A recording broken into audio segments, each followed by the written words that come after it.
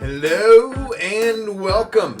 Welcome to the Wednesday Word. I am your host of the Wednesday Word. My name is David Bradley, Senior Sales and Marketing Manager with Grant Cardone. Now, what do we do on the Wednesday Word? I tell you, it's nice, it's simple, and it's amazing. It's awesome. We're going to get you thinking about words that you probably use on a daily basis. I want to help you understand what these words mean, how and why you're using them, and then where they plug in to enhance you, your sales, your business, and your life. So let's get right down to today's word, because today's word is master. That's right, master. M-A-S-T-E-R, master. Before I go through the definition, though, what is the first thing that comes to your mind when you hear that word, master? Think about that for a second. What does it mean to you right now? What has it meant to you in the past? When do you use that word right now? I just want you to think about those things. And now let's go into the definition. It's right here. I'm going to read it for you. Okay, here's the definition of the word master. There's a couple of them, so let's go through each one. The first one is this. A man, or woman, I suppose. Why doesn't it say woman? That's not cool. Anyway, a man who has people working for him or her, especially servants or slaves. So just go through that again. A person who has people working for them, especially servants or slaves. That's the main definition when you look up the word master. But then there's also this. Acquire complete knowledge or skill in an accomplishment, technique, or art. Not Garfunkel, just art. Having or showing very great skill or proficiency. Gain control of, overcome. So, let's look at this having or showing very great skill or proficiency. Who do you know right now? Who can you think of who would be considered to be a master? A couple ideas, a couple samples, or a couple examples that are coming to my mind right away. Bruce Lee was a master of the martial arts. He's even been touted by some as the founder of mixed martial arts, because Jeet Kune Do, which is his art form that he's a master of after he mastered traditional Kung Fu, started incorporating all different fighting styles. But the dude could whoop butt. And we can safely say he is a master at that craft. Speaking of crafts, who can you think of who you would consider, this could be open for debate, but to be a master actor? You could say Al Pacino is a master actor. You could say Robert De Niro. You could say Laurence Olivier from back in the day. Ian McKellen, right? So there are a lot of different people that you could label or deem masters at their craft. What about in the art world or in the painting world? Picasso, Van Gogh. These are all masters of their craft and their trade. And speaking of trade, what about trades? What about the guy I work for? Grant Cardone. He is a master in sales, master of sales. And why is that? It's because all of the people I listed are, per the definition, have acquired complete knowledge of a skill and proficiency. So that's complete, okay? And it also, though, the other definition, the last one, is to gain control of or overcome. And that in and of itself is a verb. It's something that you do. So what are some things that you need to master?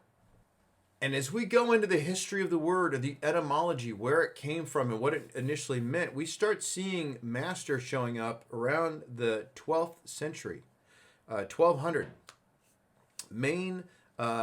Maistren. And maestro, that's teacher, right? That's another word for teacher. It's also the man that leads the orchestra, okay? But maestro, okay, teacher. Okay, so, but the word master, though, originally started meaning to get the better of, prevail against, reduce to subjugation. That means master. And then additionally, as you start getting into the Latin roots, there is also acquire complete knowledge of, overcome the difficulties of, Learn so as to be able to apply or use. That started showing up around the 1740s. Okay? So here's the question that I want you to think with. Here's your exercise. I want to give you something you can take with you into the week as you work through a deeper understanding of the word master and how you're going to apply it to you in your sales, in your business, and your life. There are two things that I want to make sure you are doing something every single day to make sure you are a master of. Here's the two things you need to be mastering right now. Here's the two things you need to gain control of, acquire complete knowledge of, get the better of, and even reduce to subjugation. Okay? Here's the two things. Your mind and your skill level. In what ways right now, today, has your mind gotten the better of you? I'll ask it again because it's an important question. This is something I'm going to deal with today. This is something I dealt with yesterday. This is something you're dealing with right now. Promise you that. And if you don't know it, that's a bigger problem. In what ways has your mind got the better of you? How has that happened? What happened? Okay? Identify it, understand it, so you can fix it, so that you can what? Master your mind. You have to do that. You needed to do it 3 weeks ago, 4 weeks ago, 5 weeks ago.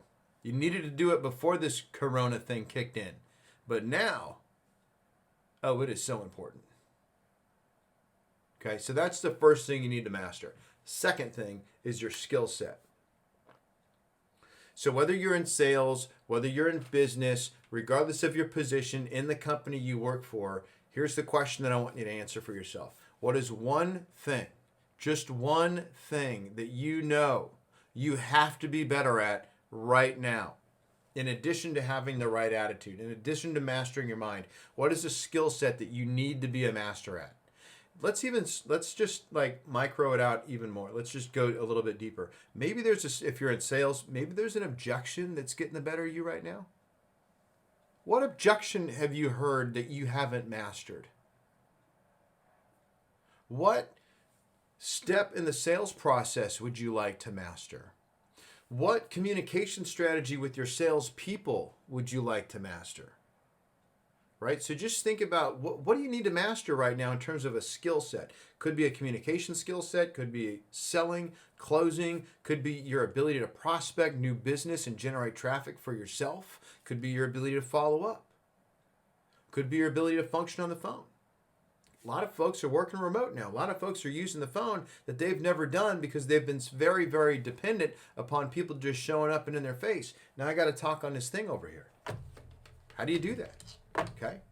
So whatever it is that's popping up there, I would like to encourage you to spend the next 7 days. 7 days will not make you a master, but it'll get you started. I would like to encourage you to spend the next 7 days just hard targeting, and I want you to spend 30 minutes a day mastering that skill. And I'd like you to spend maybe another 30 minutes, at which you can split out over the day, maybe 15 in the morning, 15 in the afternoon, mastering your mind.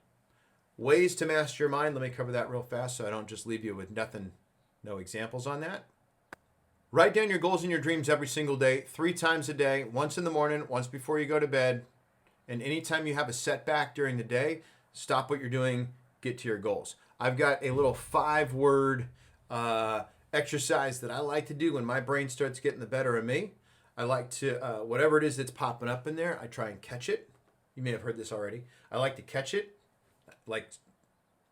Catch it, right? Take it, crumple it up like a sheet of paper, toss it, replace it, go find something better. And I'm going to write that down too. Because when I put it into the physical world, it becomes more real. Okay? So that's 2 ways to master your mind. Third, you ready for the third? Shh.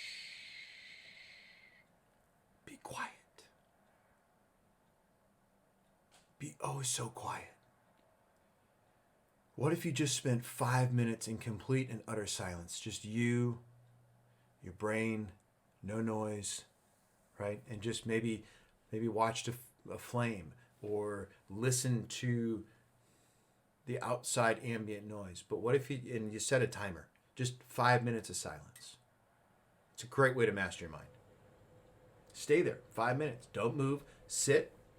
Be quiet for 5 minutes. Try it. It's amazing.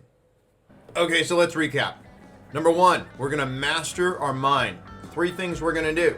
We're going to write our goals down 3 times a day. We're going to make sure that when the negative thinking starts popping up there and trying to undermine what we're doing, we're going to catch it, crumple it, toss it, replace it, write it down. Okay. 3rd thing, 5 minutes of silence. 5 minutes every single day. Make it happen. And then the final thing is we're going to master a skill set. So you pick the skill set and you want to spend 30 minutes a day for the next 7 days hard targeting that one thing. And then I would love to hear from you in comments or send me an email, david@grantcardone.com. How has it helped? What did it do for you? What did you get from it? Okay?